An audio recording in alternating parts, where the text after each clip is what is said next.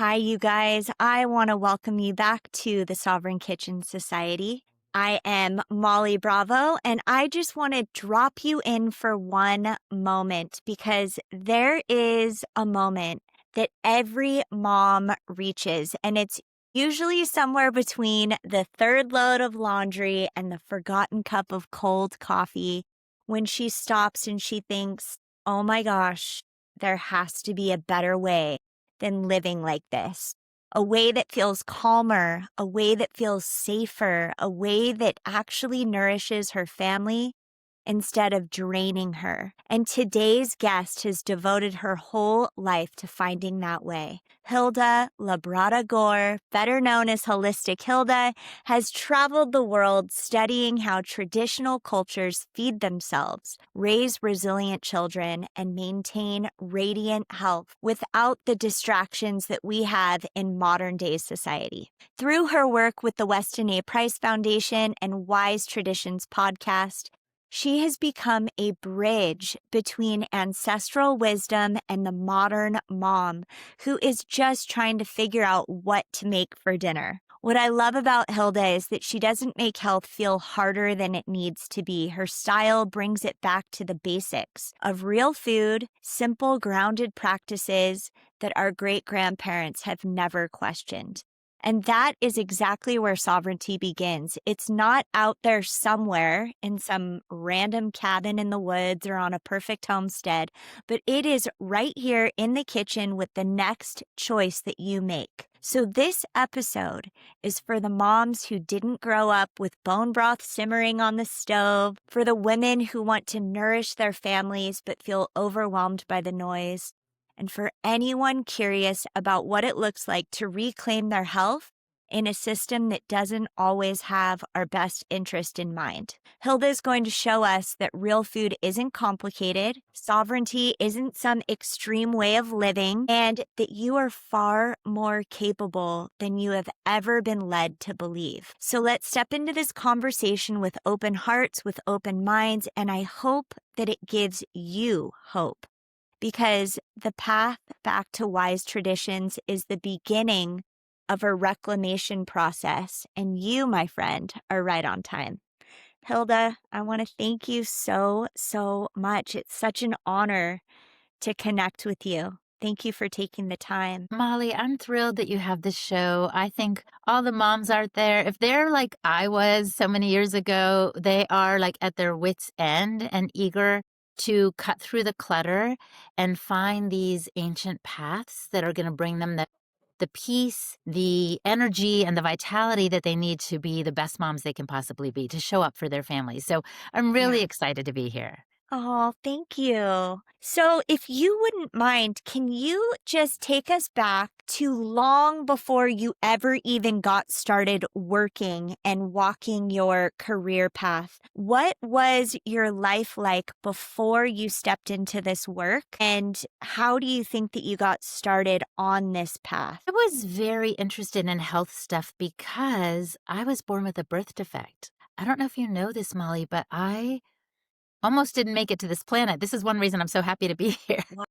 Wow. Yes, girl, before I was born, when I was in utero, my mother got exposed to the German measles. And even today, doctors will say if a pregnant mom is exposed to the German measles, it's quite likely that she will have a baby born with a birth defect, either unable to speak or hear, or with blindness. Anything is possible. Like, it's very dramatic. And so the doctors actually suggested that my mother not have me at all. But she was like, you know what? I'm going to have this baby. And I'm so thankful because, yes, I was born with a defect, but it's nothing apparent to the naked eye. When I was just a few months old, the doctors heard a murmur in my heart. There was a hole between the lower two Whoa. ventricles. Basically, it's like my blood was backwashing and not going the right direction. So it wasn't oxygenating properly. Babies born with this condition are called blue babies. So I was kind of a Interesting. skinny, underconfident child, as the doctors said I had this issue and the hole was not healing up on its own. So when I was 9 years old, I underwent open heart surgery at the National Institute of Health. And so after they cut me open, sewed up the heart, put me back together again, I thought, I never want to set foot in a hospital again. Yeah. I was like, "I'm done with that place." Though I was grateful, don't get me wrong, I was grateful that the surgeon's skill put my heart back together, but I was still like, what can I do to stay strong and healthy outside of the system?"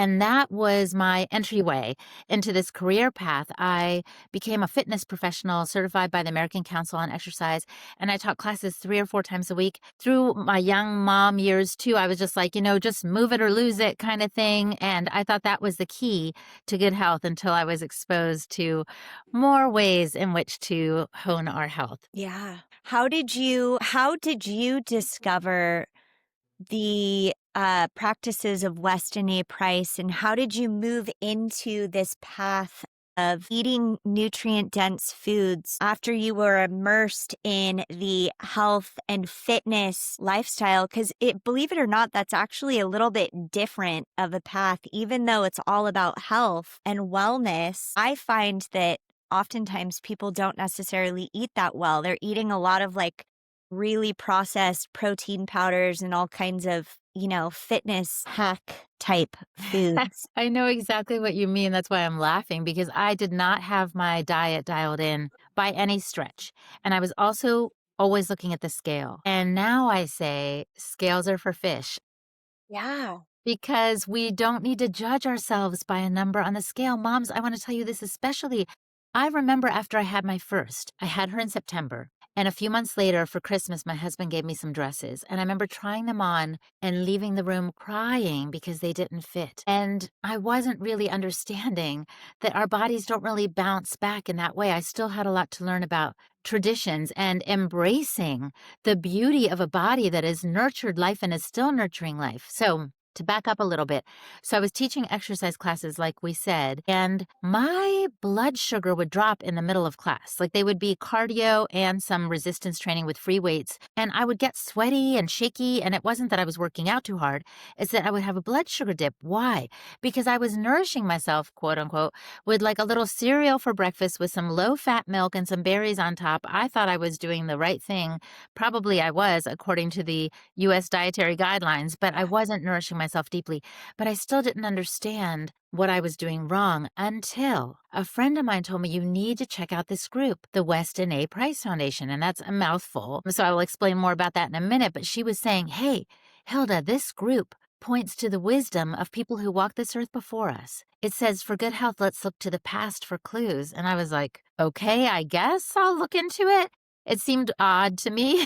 Yeah.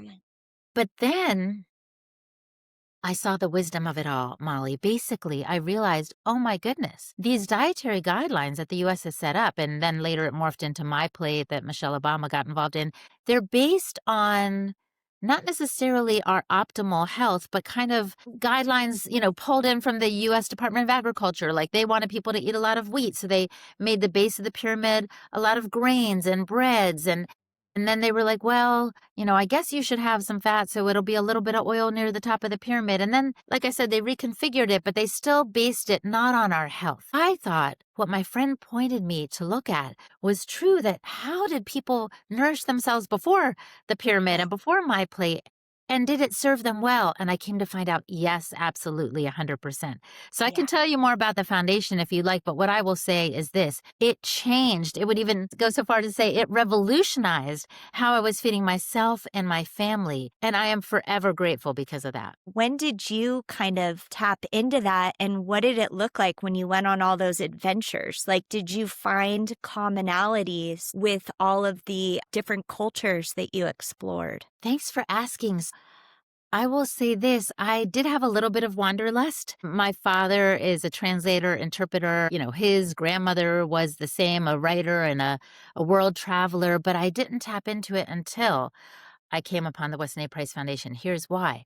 Because it was Dr. Price, whose name this foundation was established by Sally Fallon Morell, who traveled the world in the 1930s, so nearly 100 years ago. And he was looking for the healthiest people on the planet. And he was looking in particular for isolated people group because he was very interested in exactly what you said, Molly. He wanted to find, how were people living? What were they eating? What were their traditions? And what he discovered was, and he went for 10 years, he went to 14 different people groups, some in Alaska, some in Switzerland, some in Kenya, some in the South Sea Pacific Islands. and he found commonalities. And among those things, diet was foundational. So, though they were eating differently, as you can imagine, in Switzerland, it was a lot of dairy and cheese and rye bread, and in Kenya, it was meat and milk and blood. It depended on where they lived, but they all were eating local, organic, traditional foods. And so I got curious. I was like, well, this is really interesting. And it's the opposite of what I was experiencing. Like we said, I was having my Kix cereal thinking I was doing it because it was low in sugar. It was crazy. Or I would give my kids the little Quaker Oats instant oatmeal packs. And I knew enough to not put all the sugar that was in the package on their plate, but I just didn't know what I was doing. And my kids were always hungry, by the way. So, mamas, if you're out there and you're like, why are my kids always saying they want another snack?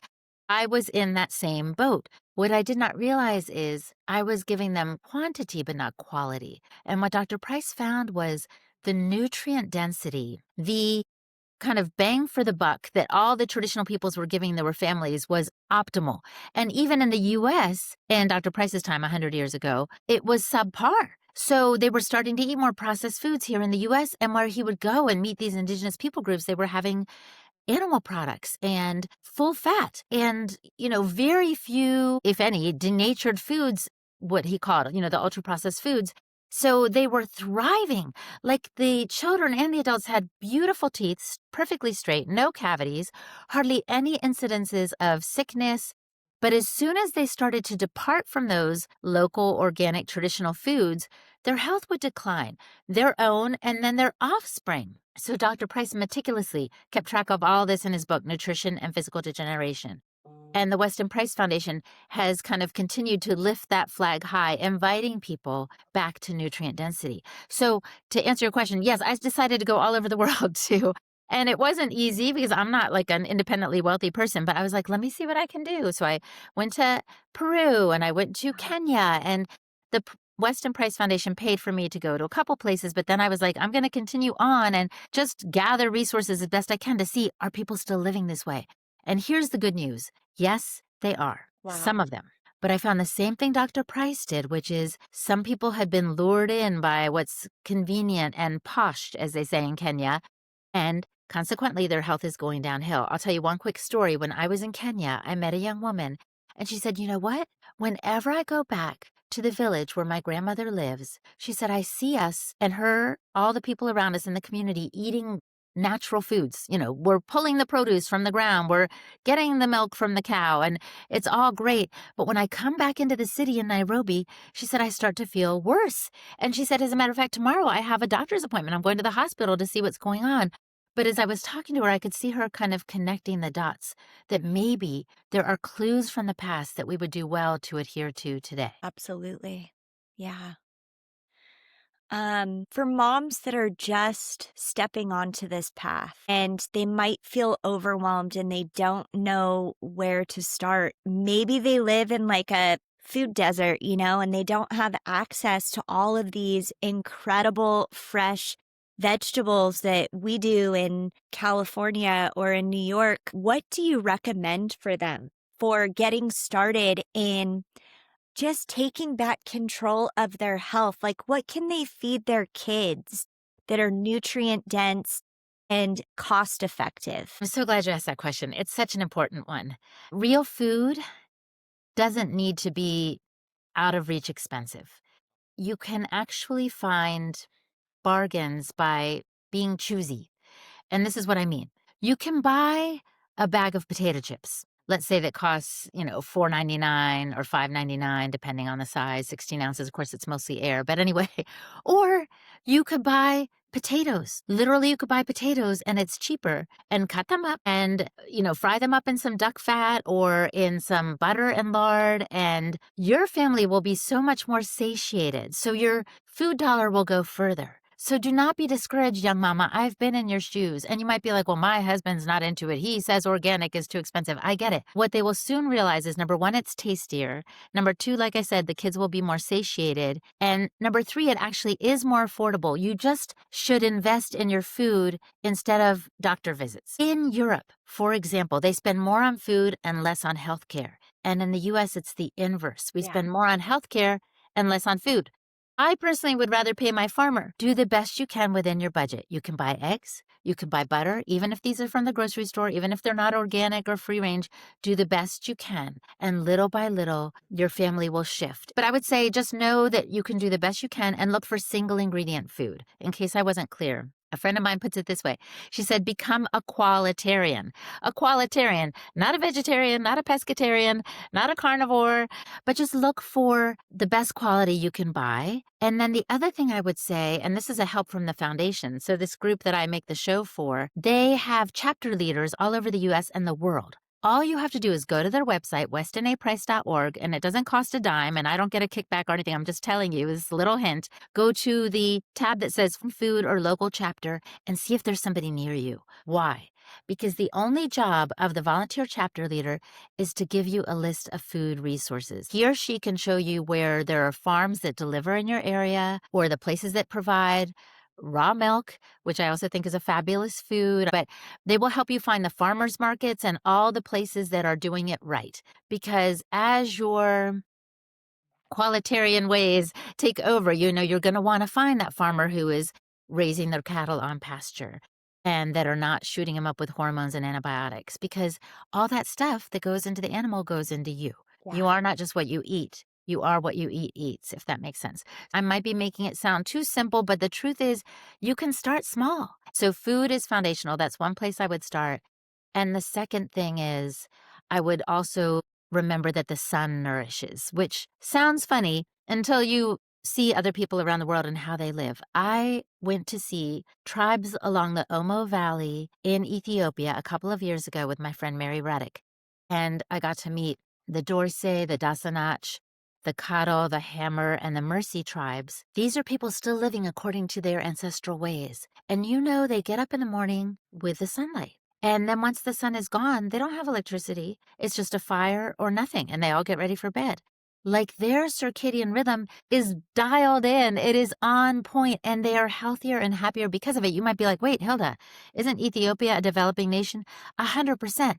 But I think people in developing nations are often healthier than those of us in developed nations. Why? Because, Molly, we have become like astronauts. We are living under artificial conditions. Our feet do not touch the soil. We're under artificial light. We're indoors all day, breathing in recycled air. I mean, it's a recipe for disaster and poor health.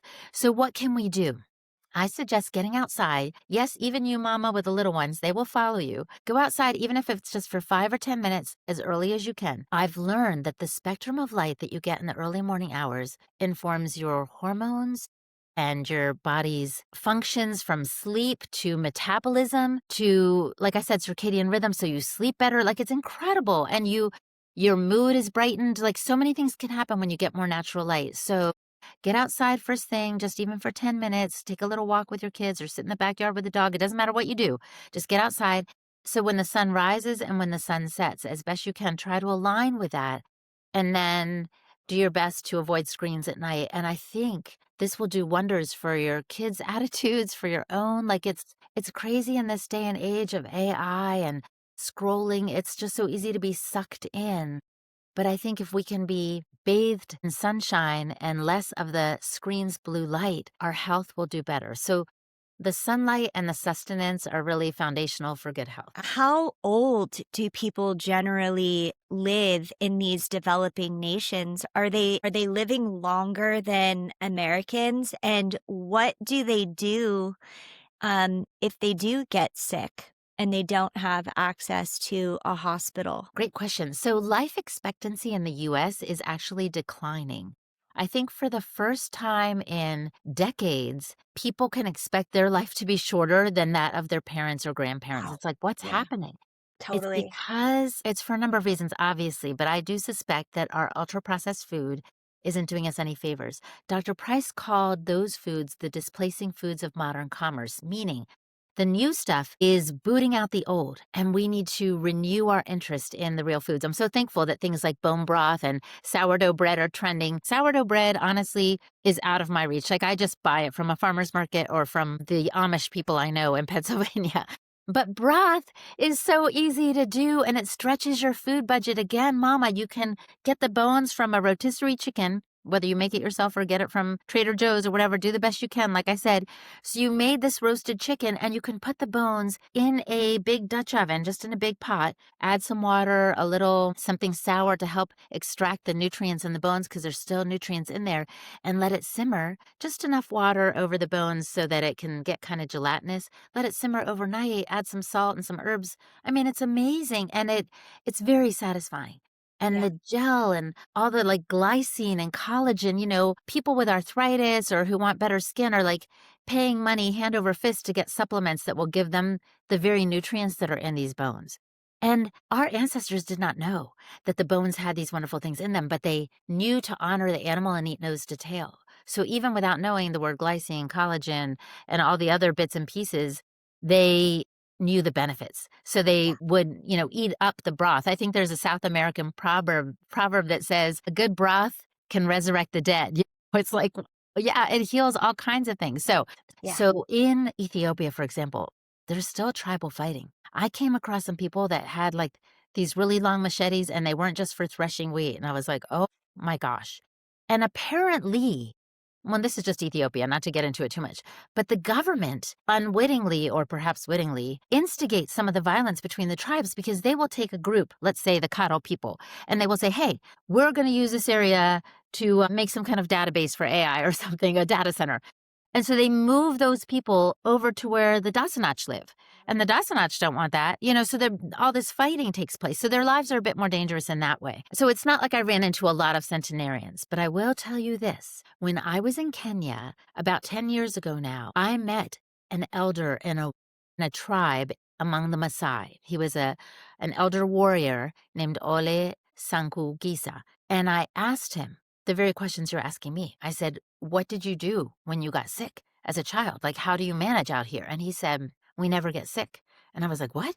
He's like, no. If we ever feel a shiver coming on, he said, when I was growing up, we would just drink milk from the cow. And he demonstrated drinking it straight from the udder. And I was like, ah. He said, but now they say disease is coming. We have to get shots. He said, but we didn't have shots. Now they say the cold is coming. Your grandchildren need jackets, but we didn't have jackets. And I was like, what is happening? So you started off this time, Molly, by saying that the powers that be don't have our best interests at heart. And I'm sorry to say that what I've come to discover is that in our developed countries with all this access to healthcare, it's really just sick care. And I know that there are well-meaning doctors and nurses who want the best for us, but the whole system is set up to profit by our illness. Yeah. So they don't profit when we're dead because we can't give them any money, or when we're healthy. They only profit when we're in between. And the best that they can do at many times is to tamp down symptoms. So, for example, with cancer, let's say, unfortunately, someone in your family gets cancer. The first thing they are told is to get it cut out and then to get radiation and chemotherapy, one or the other or both. Well, that doesn't address the root cause. And that just keeps them on this treadmill of more and more interventions because eventually, whatever the body was trying to deal with may still be a part of their lives. So the body is basically, when it creates a tumor, it's sequestering toxins. And the best thing to do would be figure out, what toxins am I exposed to? Where could these be coming from? Is it my environment? Is it my emotional relationships? Could be anything. I'm not saying I have all the answers, but I do know that neither does the medical system or Big Pharma. They just want to dole out pills and prescriptions and programs and physicians and protocols that take away your life essence. I'm saying this because a dear friend of mine did have cancer, and I remember she was going through all of the conventional treatments. And at one point I said to her, Susie, I said, you're so healthy. Where is this coming from? She said, actually, I think it's my relationship with my partner. And I was shocked. And I'm getting chills even as I'm telling you this, Molly, because she was doing all these things, and yet she knew deep down it had to do with a toxic relationship. And then Susie passed away, God bless her soul and God rest her soul. So I'm just like, wow. So what we need to do is stop in our tracks and ask, is what this doctor is offering me, a recipe to restore my health? Or is it simply kicking the can down the road? We need to ask these questions, especially as mamas. When my kids were little, they would get all the ear infections and all the things. And I would just take them to the doctor and get another prescription and get them checked for strep and then another thing. And I've come to realize, oh my gosh, an onion that is warmed and put on the ear can help solve an earache. Yeah. And that's without, getting your kid all full of antibiotics, which, by the word, the root word of antibiotics is anti-life. The root is anti-life. So what we want to do is we want to foster life. So my hope in what I share with you today through the podcast on my Holistic Hilda YouTube channel, and I even have a course for moms, my hope is to empower moms so that you can live your healthiest, best life, and your kids too, so that you can stay out of the hospital and out of the sick care system altogether. Absolutely. I love that so much. I think about when I first started my journey into a slower, simpler way. And I think that I'm fortunate because I figured it out relatively young. But for somebody that doesn't know how to do it, what did that path look like for you? I guess I would consider it an awakening process. How do you navigate that awakening process, and how do you start putting one foot in front of the other in terms of your healing journey? Thank you for asking me that question. It takes courage, Mama. It takes Yeah. courage. You need to honor the process and, like you said, do some introspection Yeah. so that you can stand strong because the world is going to pull you this way and that. And this could be your spouse, the culture, their friends, parents, your own parents. I mean, people are not going to be happy when you step outside the norm. I've learned to listen to my own intuition. So when I was in Australia, I got the most profound aha that did help me gather up my courage when I met an Aboriginal woman. And just like in the US, they have different tribes over there, just like the Native American tribes in the US.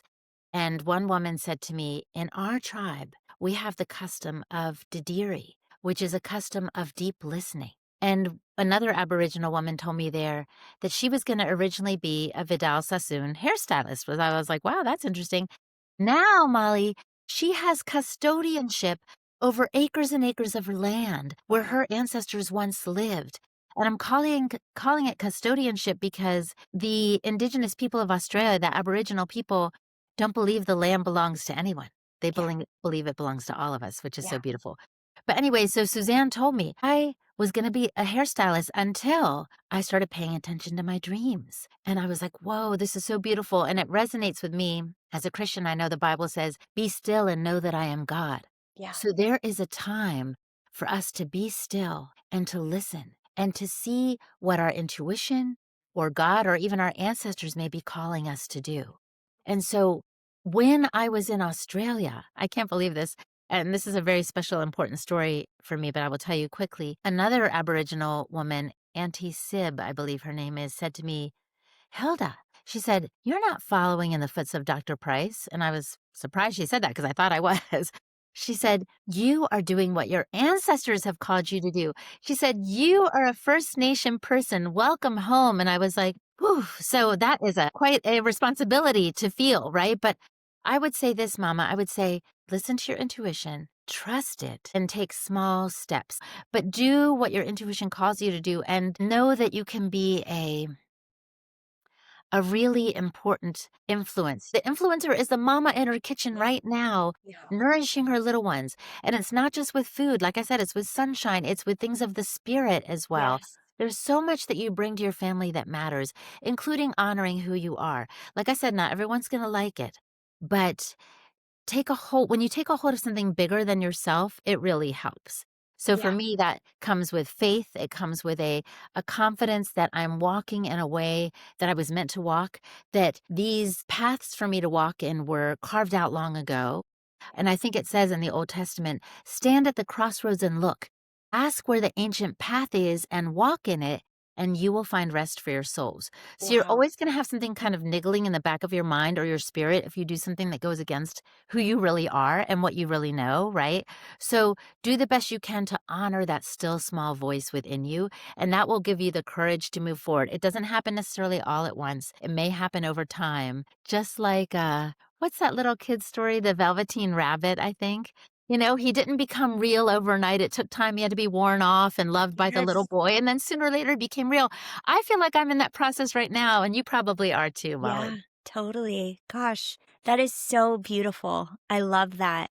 And I love the whole awakening process, and I am so grateful that I have found the ability to connect and use food as my medium for connecting with other people And I feel like it's so important to reconnect even just around the dinner table with our families because we have gotten into a place where we're so rushed and so busy, and we don't make homemade food for our families anymore. We don't take the time to sit down and talk about what's going on in our day. I feel like just taking that incremental step of like making a homemade meal, not purchasing packaged food, getting outside with our kids and enjoying being present with them with like our phones down, watching them play in the sunlight and the sunlight of the spirit, and just like connecting and being present is such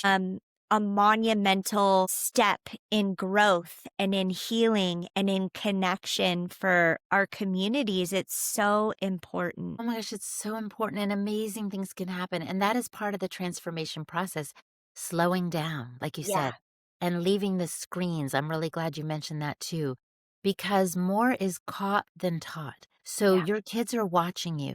And if you're like, just a second, I've got to scroll totally. one more time or whatever, by the way, that's what happens even to kids, right? They're like, one more video game, 5 more minutes, mom. Why? Because these things suck us in.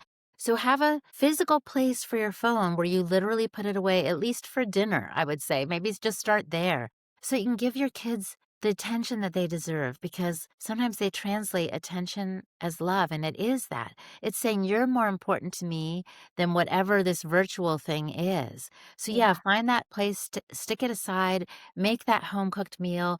Revel in these times because, as they say, the days are long, but the years go fast. And I know that from experience. I raised my kids in the 80s, and cell phones weren't that big of a deal back then. If maybe they were just phones, I don't even remember. But I was very careful about our family's screen time, and I'm so glad I was. Even then, I was like, we don't watch it. We don't watch life. We live it. We live it. We're going to go outside. We're going to do this and that. And trust me, with 4 kids in 5 years, I'm sure it was tempting to like have the TV be a babysitter. And you don't know how many kids I do see on the street in strollers with phones. And I'm like, oh, this is so sad. But everyone's making their choices. So, Mama, I would encourage you to make the one that honors the connection in real Yeah. life with your family. Set the screens aside, be very specific about that and intentional. And your kids will catch that and they will honor that. I think it's really important. That's beautiful. Hilda, I want to be respectful of your time. I was hoping you might be able to share a little bit about that course that you've made for moms and share a little bit about where they might be able to find out more information on that. And then also where people can find you on the social needs.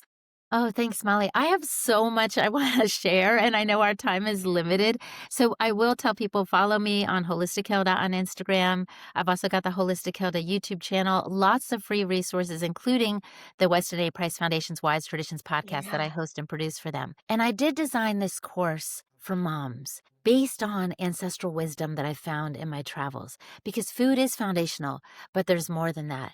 And in the course, I bring not only the information, which I think is great, but also science that backs it up and stories of how Indigenous people apply this to their lives, but then tips for applying it to your own. The secrets, what I call the 6 ancestral secrets, are mostly free. And they include things like sunshine, how to leverage it so you have more energy and sleep, nature's detox system. It's better than a green smoothie. There's so many things. They all start with S because I love alliteration. But anyway, it's called the Mother Code 6 Habits for Endless Energy. And people can find it on my website, holistichilda.com. When people are just getting started on this path and they are just hungry to learn and they feel like they can't get enough information, what are a few resources that you recommend, whether it be books, podcasts, websites? Like, what rabbit holes do you recommend that people go down? The health space, the alternative health space can be full of all kinds of theories, and I won't call them necessarily conspiracy theories. But as mamas, we want to invest our energy in our families, right? Yeah. This is why I invite moms to invest in generational health. And it does start with you, mama. So, where can you inform yourself and empower yourself best? I would suggest people check out the Wise Traditions podcast because we try to avoid some of the conspiracy theories and just focus on the facts. It will be information about food, but also vaccinations. Moms care about that. What am I going to put in my baby? Not just what they eat, but what's put into their body. We talk about energy, how we're energetic beings, how a positive mindset can help. I also have little short interviews I do on my YouTube channel.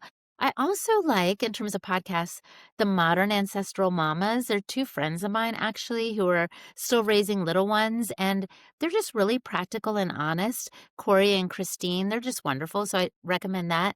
I also love my friend Hilary Boynton from the School of Lunch. She has a training academy, which is not, that sounds more fancy than it is. What I mean is, she can teach you how to make ferments and sourdough bread and how to soak nuts to get rid of the anti nutrients in them and this sort of thing, and how to make organ meats, which are so Oh, nutrient dense but often foreign for a lot of us, right? So she offers a course in California every summer, once or twice a summer. So she's someone to keep an eye on too. School of Lunch is her handle on Instagram. But I just feel like there are a lot of resources out there, but I would say beware of the things that are energy sucks and really stay focused on nourishing your family and yourself well so that you can face whatever may come. it's such an honor to chat with you. Thank you. Molly, thank you so much. And I do have a lot Yeah, to share, and I wouldn't mind doing this again because there cool. is so much territory to cover. And maybe we could just do a deeper dive in some basics regarding food, Yes, because it is the Sovereign Kitchen Society after all. I would absolutely. love to do that. I just think, yeah, let's bring the basics so that mamas can be the moms on the monkey bars.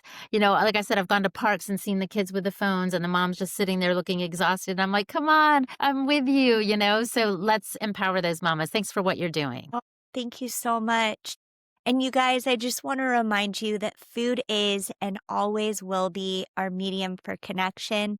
Miss Hilda, thank you. You are incredible. And I will see you guys next time. Thank you so much.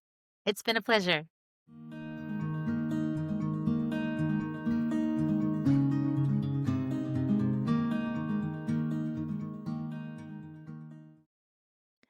Talking with Hilda lights me up every single time. Her work and the work of so many people in the slow food movement remind me of why I do what I do.